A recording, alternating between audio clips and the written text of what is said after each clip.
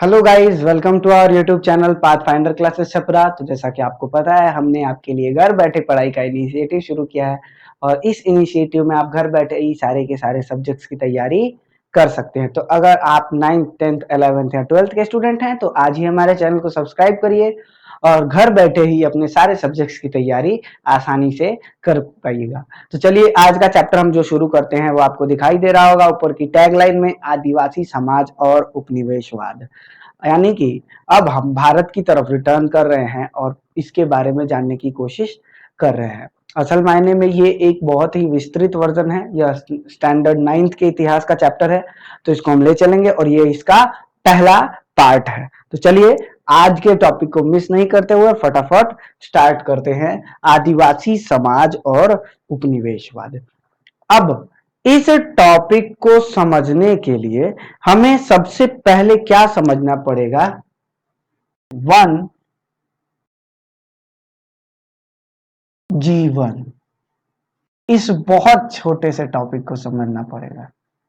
One जीवन यानी जंगल का हमारे जीवन पर क्या प्रभाव पड़ता है, जंगल हमारे जीवन में किस किस तरह है, इसका ये किस तरीके से हमारे जीवन को प्रभावित करता है, यह टॉपिक के बारे में चर्चा हो रही है। किस पे? इस टॉपिक पे। तो आप यहाँ पर देख सकते हो। साथ ही साथ आगे वाले टर्म पे बात करें तो आप आसानी से ये भी देखोगे इसी में कि वन जीवन वाले टॉपिक में एक और बात बताई गई है कि यहाँ पर आप देखोगे कि हजारों सालों से प्रकृति और मानव का एक अटूट रिश्ता बना हुआ है। प्रकृति और मानव हमेशा से एक साथ जुड़े हुए हैं और वो कैसे भी करके अपने आप को परस्पर जोड़े रखने की कोशिश कर रहे होते हैं। उनका मेन और प्राइमरी मकसद ही यही है कि वो इस दुनिया में मानव जीवन को आगे बढ़ा सके। ऐसा कहा जाता है कि पुराने समय में ये जनजाति सिर्फ और सिर्फ जंगलों में ही रहा करती थी और इसीलिए तो पुराने वासियों को, अब पुराने वक्त को क्या कहते हैं? आदिकाल जो बीत गया है, और वहां पर जंगल में रहने वाले लोग आदिवासी या आदि मानव कहे जाते थे। ये वो लोग थे जिनका जंगल के साथ सीधा संबंध देखने को मिलता है। ये हमारे भारतीय कल्चर में वन हमेशा से एक बहुत ही बड़ा रोल प्ले करते आए हैं और वो हमेशा से एक बहुत ही बड़े इम्पैक्टफुल वे में ये दिखाने की कोशिश करते आए हैं कि किस तरह वन मानव जीवन को प्रभावित करते हैं, इनकी उपयोगिता हमारे जीवन में कितनी ज्यादा है। मानो तो असल मायने में वन ही है जो जीवन में आप पूरे के पूरी क्षमता को भर रहा होता है। तो मेरे कहने का मतलब समझ रहे हो कि वन और जीवन आपस में काफी ज्यादा जुड़े हुए हैं। यहाँ तक कि हमारे कल्चर में, हमारे साहित्य में, हमारे कला के क्षेत्र में, हर क्षेत्रों में वनों का कहीं ना कहीं वर्णन किया ही गया है और यह वर्णन आसानी से दिखाता है कि किस तरह हमारी दुनिया, हमारी छोटी सी एक आर्थिक सामाजिक परिवेश किस तरह आपस में प्रभावित है और आपस में जुड़े हुए हैं। अब आगे देखोगे यहीं पर तो एक और बात पता चलेगी कि किस तरह ये जो वन है वो हमारे जैसी चीजों को बहुत सारे अलग अलग किस्म के अवसर प्रदान करते हैं और कोशिश करते हैं कि हमें क्या क्या करना चाहिए। एक बात देखोगे आप इन्हीं में तो आसानी से, बहुत ही आसानी से आप देख के बोलोगे कि क्या हो रहा है। वनों से आपको क्या क्या मिलता है ये मैं तो नहीं बताने वाला, क्योंकि आपको बचपन से ही बताया गया है कि वनों से आपको क्या क्या मिलता है। वनों से बहुत जरूरी चीजें जैसे दवाइयां, फल फूल, लकड़ी इत्यादि बहुत सारी चीजें पाई जाती हैं। लगभग भारत का 25% भाग वन से घिरा हुआ है और भारत की बहुत बड़ी मतलब व्यवस्था, आर्थिक व्यवस्था वनों पर टिकी हुई है। हमारे यहाँ वनों से बहुत सारे, अब मानो तो मसाले, ज्यादातर मसाले पेड़ों से लिए जाते हैं, पेड़ से। और पेड़ कहाँ पाए जाते हैं? वन में पाए जाते हैं। तो हो गया पूरा का पूरा वन आच्छादित हो गया। ठीक है। फल उद्योग भारत का एक बहुत ही बड़ा उद्योग माना जाता है और वो भी पूरा का पूरा कहाँ से लिया गया है? वो भी पूरा का पूरा यहीं से देखने को मिला है। कहाँ से? इन वनों से देखने को मिला है। तो इस तरह आप ये कह सकते हो कि वन हमारे लिए, मानव जीवन के लिए काफी प्रभावशाली रहे हैं, बहुत ज्यादा। इतना ही नहीं, अब ये तो हम सिर्फ आपको किस नेचर में बता रहे हैं, ये तो हम आपको सिर्फ इकोनॉमी, पर्यावरण के नेचर में बता रहे हैं। आर्थिक तौर पर वन कितना यूजफुल है आपको पता है। सामाजिक तौर पर वन कितना यूजफुल है आपको पता है। धार्मिक तौर पर वनों की उपयोगिता बहुत ज्यादा है। धार्मिक तौर पर वनों की उपयोगिता नहीं समझ में आ रहा होगा। धार्मिक तौर पर वनों की उपयोगिता का मतलब होगा कि धर्म में हमारे वनों को कितना वैल्यू दिया गया है। और ये बताने की जरूरत नहीं है कि हमारे धर्म में पेड़ को बहुत वैल्यू दी जाती है। अलग अलग किस्म के पौधे अलग अलग तरीके की चीजों के हिसाब से जाने जा रहे होते हैं। आप एक तौर पर यह भी कह सकते हो कि भारत जैसे या फिर दुनिया के बहुत सारे विस्तृत देश ऐसे हैं जहां पर वनों की उपयोगिता का वर्णन बहुत ही विस्तृत तौर पर किया गया है। यहाँ पर वनों को अलग अलग किस्म में बताया गया है, वहां पर इस तरीके से डिपिक्टेशन दिया गया है, इस तरीके से उसको दिखाया गया है कि वो कितनी ज्यादा वैल्यू रखते हैं, उनको ऐसा दिखाया गया है। साथ ही साथ हमारे जैसे बड़े देश में ये तो कई सारे लोगों के जीवन यापन का जरिया बन जाता है और इस तरीके से वन कई तरीकों से जीवन को प्रभावित कर रहा होता है। आर्थिक, धार्मिक, सामाजिक, सांस्कृतिक हर तरीके से वनों का असर पड़ता है हमारे जीवन पर, जीवन किसी भी तरह से। तो इसीलिए हम आपको पहले ये बताना चाहते थे कि जीवन में वनों की उपयोगिता क्या है। ठीक है, अब अगर आप ये समझ गए तो हमारा अगला टॉपिक समझने में आपको आसानी होगी कि आखिर आदिवासी समाज के साथ ऐसा क्या हुआ कि वो उपनिवेशवाद में थोड़े से बदल गए थे। ठीक है, तो इस टॉपिक को भी समझना है हमें। बात ये है कि चीजों को कंसर्नफुली पढ़ोगे तो ज्यादा बेटर समझ में आएगा। ठीक है, तो ये तो कोई प्रॉब्लम वाला नहीं था। अब हम आते हैं अगले टॉपिक की तरफ कि वन असल मायने में भारत में क्या थे और औपनिवेशिक नीति के बाद क्या बन गए। ठीक है, तो इस टॉपिक पे आते हैं, वन और औपनिवेशिक नीति। क्या वन और औपनिवेशिक नीति।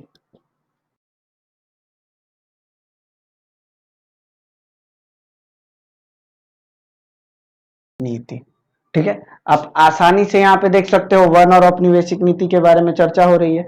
तो ये कहना गलत नहीं होगा कि यहां पर हम बेसिकली इनके बारे में बात कर रहे हैं। ये तो हमें पता ही है इन्होंने क्या किया था। अब आप पहले हमको ये बताओ कि उपनिवेश क्या होता है।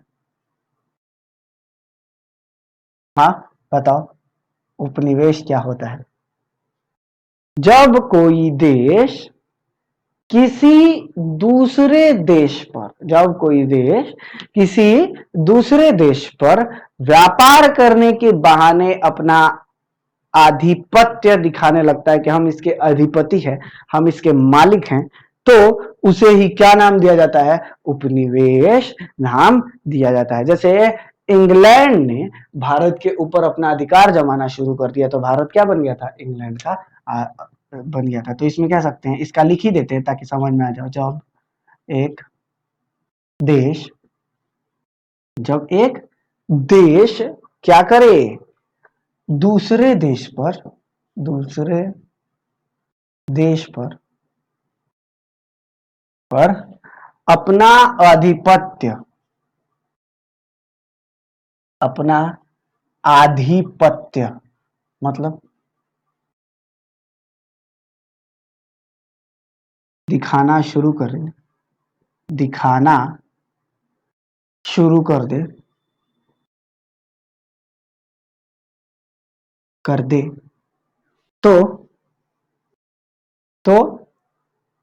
कब्जे वाले देश को, कब्जा किए गए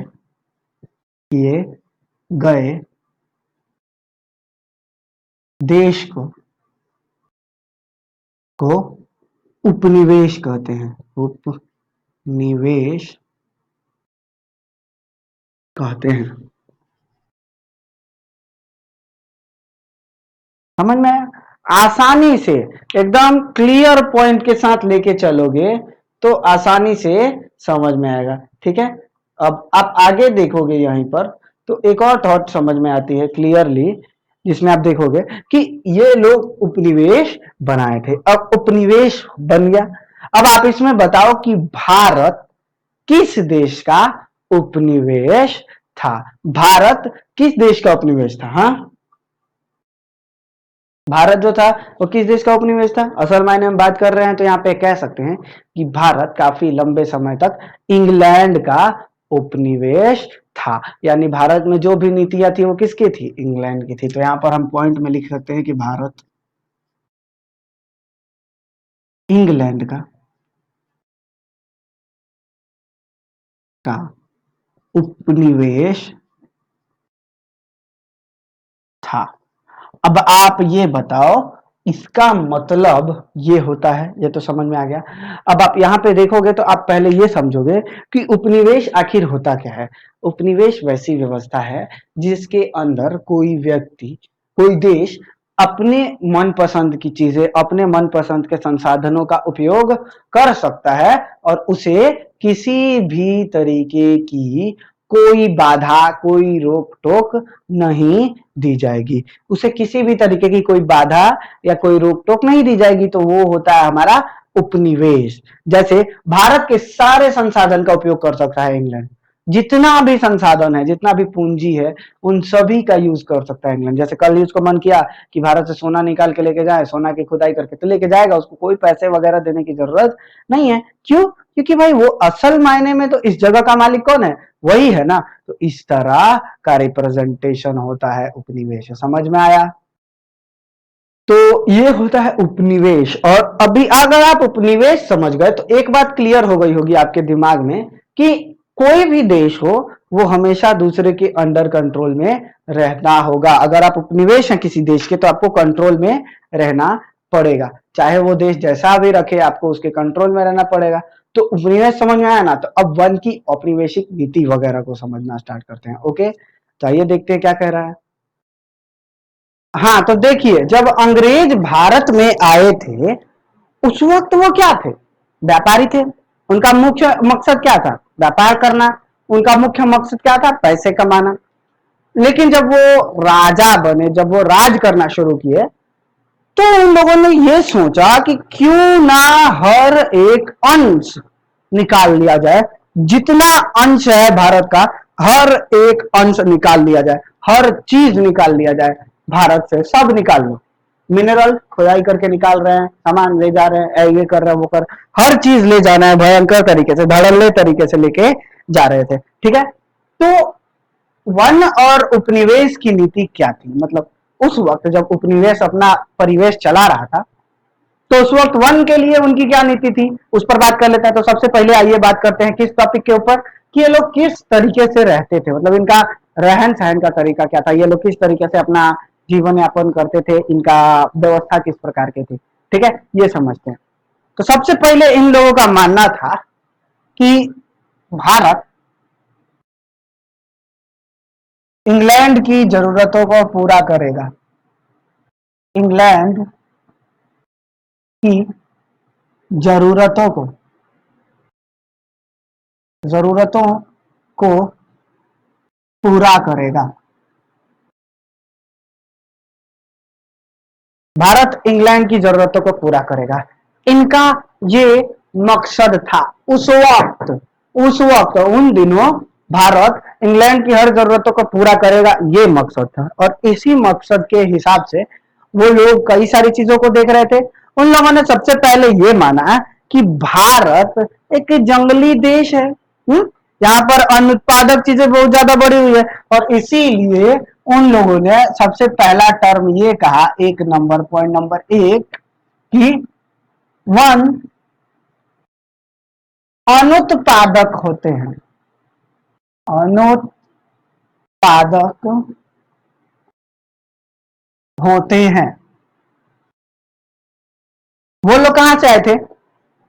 इंग्लैंड से आए थे। इंग्लैंड में जनसंख्या बहुत बहुत बहुत ज्यादा थी और जमीन बहुत बहुत बहुत कम थी। उस सिचुएशन में वो लोग जितना सा भी जमीन मिलता था ना, उस पर खेती करना शुरुआत कर देते थे। उस पर ऐसा कुछ करो कि इकोनॉमी चलते रहे। उनका मुख्य मकसद यही था कि कैसे भी करके इकोनॉमी को चलाते रहो।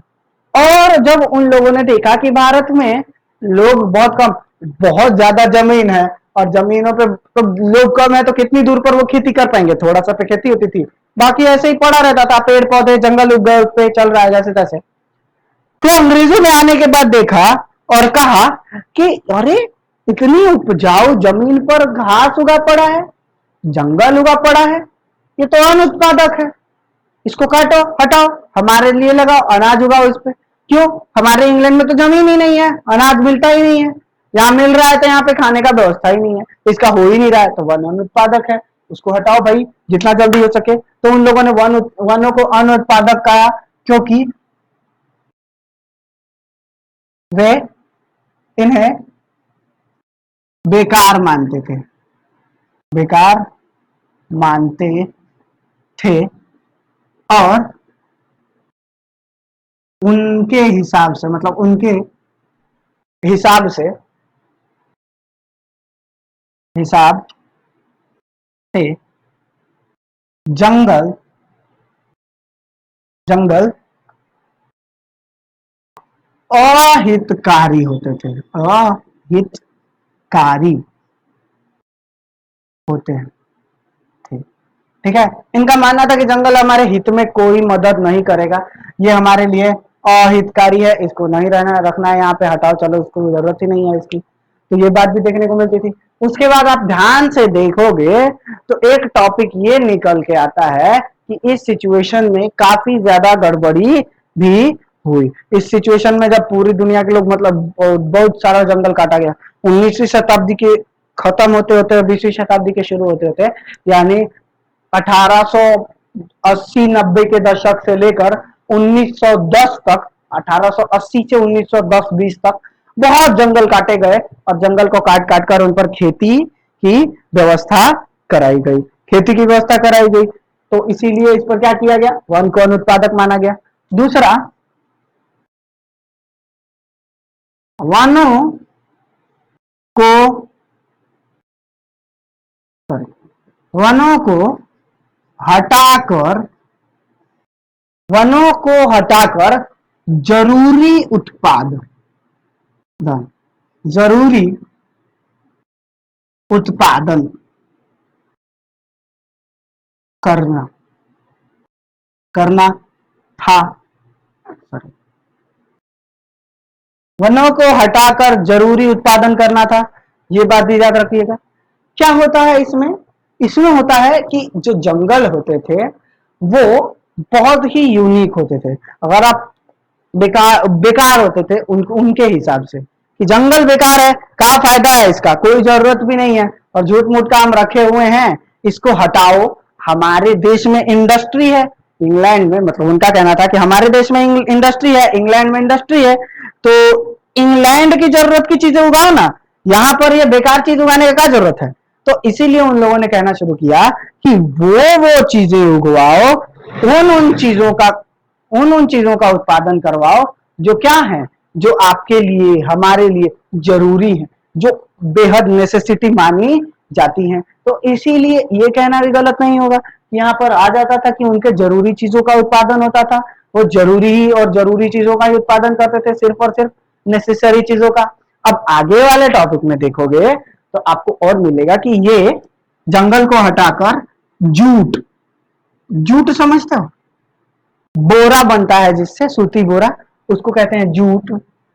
फिर कपास, कॉटन का क्लॉथ बनता था इससे, और फिर उसके बाद नील नील इत्यादि की खेती होती थी, इत्यादि को उगाया जाएगा, को उगाना होगा। क्यों भाई, क्यों उगाना होगा इनको?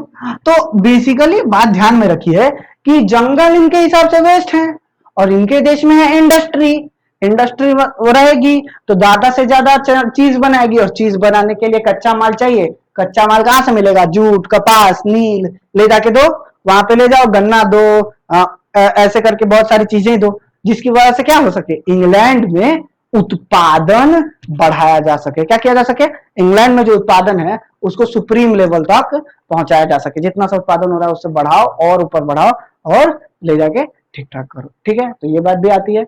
अब उसके बाद अगले केस पे आते हैं, तो अगले केस पे आएंगे तो यहाँ पर आप ये भी देखोगे कि इनका कहना था कि बेकार चीजों को हटाएंगे और इसके बदले में जरूरी उपयोगी सामान ले आएंगे। साथ ही साथ अगला क्या, अगली जरूरत क्या थी, मतलब ये दोनों तो लीगल है, ये वाला तो उनके हिसाब से फायदेमंद है, इसीलिए ये लगाने के लिए उन्होंने इस जंगल को ये कहना शुरू किया। और साथ ही साथ उनको जरूरत भी थी जंगल की, बहुत ज्यादा थी ना, तो इसीलिए उन लोगों ने क्या करना शुरू किया, उन्होंने कहना शुरू किया कि वनों को अनुत्पादक होने से बचाना है, तो आपको क्या करना होगा कि इंग्लैंड को जहाज चाहिए। इंग्लैंड जब भी दूसरे देश में जाता है तो उनको जहाज चाहिए, और भारत में भर भर के, मतलब इंग्लैंड में तो बलूत के पेड़ थे, बलूत या शहतूत के जो पेड़ होते थे, उसी की लकड़ी से वो लोग जहाज बनाते थे, और वो जहाज थोड़े कमजोर हो जाते थे, इसीलिए उस पर आयरन प्लेटिंग करवाई जाती थी, मतलब लोहे की पट्टियां लगवाई जाती थी ताकि जहाज थोड़ा देर तक टिके।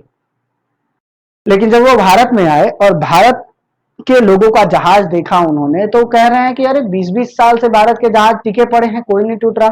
तो उन्होंने जांच पड़ताल की, भारत के जंगलों में भेजा, अंग्रेजों ने जब ढूंढा तो ढूंढ के निकाला, तो उन्हें पता चला कि भारत में सखुआ, सागवान, शीशम जैसे मजबूत लकड़ियों के पेड़ पाए जाते हैं, जिनका यूज करके क्या कर सकते हैं हम लोग, ऐसे जहाज बना सकते हैं जो ज्यादा हल्के होंगे, ज्यादा तेज चलेंगे और ज्यादा टिकेंगे भी। तो इसीलिए उनका मेन मकसद ये था कि जहाजों के लिए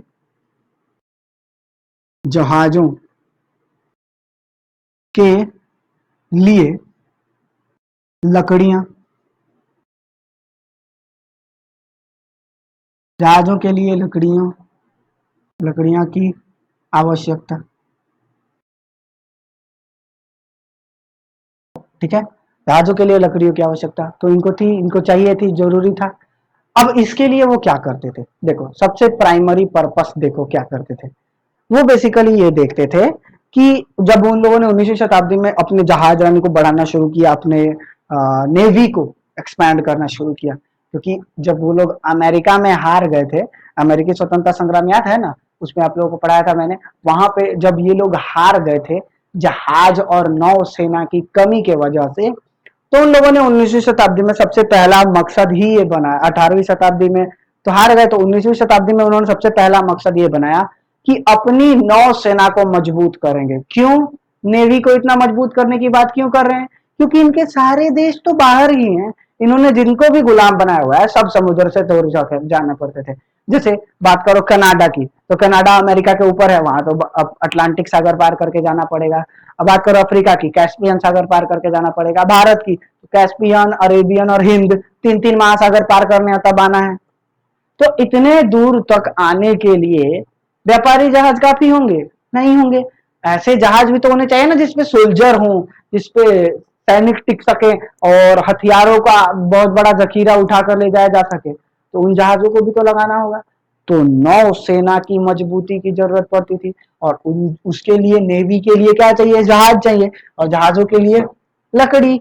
लकड़ियों का तो इस्तेमाल इंग्लैंड में पहले ही हो गया था, क्यों, क्योंकि लकड़ियों का कई तरीके का इस्तेमाल था इंग्लैंड में। पहले तो वो लोग सारे जंगल इसलिए काट दिए थे अपने इंग्लैंड में क्योंकि घर की कमी थी, घर बन गए, उसके बाद खाने के अनाज की कमी पड़ी, खाने का अनाज बन गया, उसके बाद जो बचे कुछ जंगल थे उसमें फैक्ट्री लगा दिए, तो जंगल खत्म ही हो गए। तो जितनी भी लकड़ियां काट के रखी हुई थी वो सारी की सारी यूज में आने लगी, जहाजों में, घर बनाने में, चली गई। वहां की इंग्लैंड की सारी लकड़ी लगभग खत्म हो गई। तब उन लोगों ने सोचा कि अब जाते हैं दूसरे देशों में, वो अफ्रीका पहुंचे।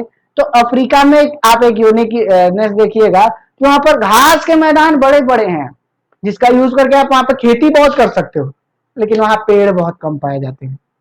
हाँ, पेड़ छोटे पाए जाते हैं, छाया भी कम रहती है, तो इसीलिए अफ्रीका से तो वो लोग लकड़ी नहीं निकाल पाते। तो उन्होंने अब अपना अगला टारगेट देखा कनाडा। कनाडा में तो बर्फ पड़ती रहती है साल के 8 महीने, तो वहां पेड़ होंगे भी तो वो ऐसे होंगे जो बर्फ में वाले होंगे, बर्फीले पेड़ होंगे, जिनका इस्तेमाल नहीं कर पाएंगे वो लोग जहाज चलाने में। तो उन्होंने अब अगला टारगेट ढूंढा, इंडिया और ऑस्ट्रेलिया। तो इंडिया, इंडोनेशिया, इसी मतलब ट्रॉपिकल बेल्ट के जितने भी जंगल थे उन्होंने इसी पर टारगेट किया। और जब वो यहाँ आए तो उन लोगों ने लकड़ी के उपयोग के लिए, लकड़ी की जांच करने के लिए खोजी दस्ता भेजा। इंस्पेक्शन टीम होती है ना, जांच पड़ताल करती है, वो इंस्पेक्शन टीम आई, भारत के जंगलों में गई, जा जाकर लकड़ियां ढूंढ रहे हैं, एक से कार लकड़ी मिल रही है इनको, शीशम, सागवान, सखुआ, उन लकड़ियों का यूज किया गया। तो भारत के जंगल की लकड़ियां काट काट कर क्या की गई, इंग्लैंड की नेवी बनाई गई। यानी कि एक बहुत इंपॉर्टेंट बात आ जाती है कि किसी भी देश की नेवी बनाने के लिए उनका बहुत ज्यादा योगदान देखने को मिलता है। अब साथ ही साथ उन लोगों ने एक बहुत ही अच्छी बात ये कही कि हम भारत को कंट्रोल करना चाहते हैं तो भारत को पहले जोड़ेंगे। जब भारत को अगर जब किसी भी देश को आपको कंट्रोल करना है ना तो उस देश पे आपको पूरा कंट्रोल चाहिए होगा, और पूरा कंट्रोल कब मिलेगा? जब आप पूरे देश पर जा सकोगे, यानी पूरे देश को तेज जोड़ोगे, यानी सड़क रेलवे बनानी पड़ेगी। तो सड़क तो वो बनाने से रहे, सड़क तो भारत में पहले से ही मौजूद थी, छोटी मोटी पतली चौड़ी जो भी थी वो ठीक ठाक थी। इन लोगों ने उस पर क्या करना शुरू किया? रेलवेज बनाने शुरू किए ताकि फास्टर मीडियम ऑफ ट्रांसपोर्ट मिले, यानी आवागमन का बहुत तेज साधन मिले।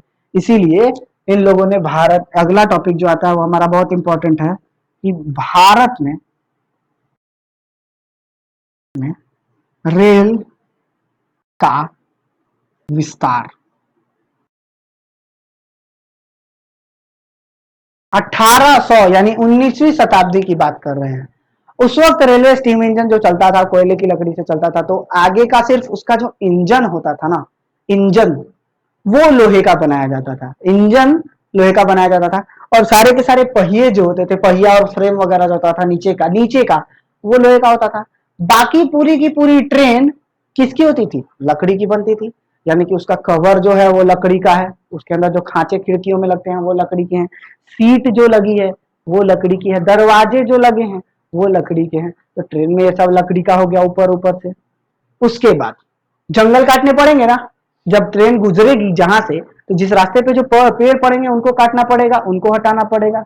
तो पहले तो ट्रेन बनाने के लिए लकड़ी चाहिए, दूसरा ट्रेन का रास्ता बिछाने के लिए लकड़ी चाहिए, और तीसरा ट्रेन जिस पटरी पे चलती है वो तो लोहे की होती है, लेकिन पटरी जमीन में ना धंसे इसके लिए नीचे स्लैब बिछाए जाते हैं, स्लैब पतले पतले लकड़ी के लट्ठे बिछाए जाते हैं। वो क्या करते हैं? वो ट्रेन की पटरी को होल्ड करके रखते हैं कि वो जमीन में ना धंस जाए। वो किस चीज के बने होते थे? वो लकड़ी के बने होते थे। तो कई सारे ऐसे उन लोगों ने, मतलब जितने भी कारण दिए ना, इन तीनों में चारों में सब लीगल कारण दिए थे, वैध कारण थे, एक भी ऐसा नहीं था जो बेकार हो। तो ट्रेन को खुद बनाने के लिए, ट्रेन के स्लैब बनाने के लिए, ट्रेन की पटरी को बिछाने के लिए, तीनों के लिए लकड़ी की आवश्यकता पड़ती थी। और इसीलिए भयंकर तरीके से रेलवेज ने ऐसे कटाई करनी शुरू कर दी थी। ऐसा माना जाता है कि 1854 और 57 के बीच में कर्नाटक का 1/3 जंगल साफ कर दिया गया था ट्रेन बिछाने के लिए, क्योंकि वो लोग महाराष्ट्र की मुंबई से मद्रास को जोड़ रहे थे, इसीलिए कर्नाटक का 1/3 जंगल काट दिया गया था। क्यों? क्योंकि ताकि वो लोग इतना ट्रेन का ट्रैक बिछा सकें। और उन्होंने उससे, उस ट्रेन ट्रैक से मद्रास, मुंबई, पुणे और गुजरात का सूरत, 4 जगहों को जोड़ा, तब भी लकड़ी बच गई थी। तो सोचो भारत में कितने जंगल थे, और आज जिस जंगल की कमी है वो इन कारणों के वजह से हुई है। जंगल की कमी हमारे वजह से नहीं आई है, अंग्रेजों ने उपनिवेशवाद के टाइम पर भारत के बहुत जंगल खत्म करा दिए थे, इसी वजह से ऐसा देखने को मिल रहा होता है। तो ठीक है, तो इसमें तो कोई प्रॉब्लम नहीं रही कि जहाज की लकड़ी की आवश्यकता थी।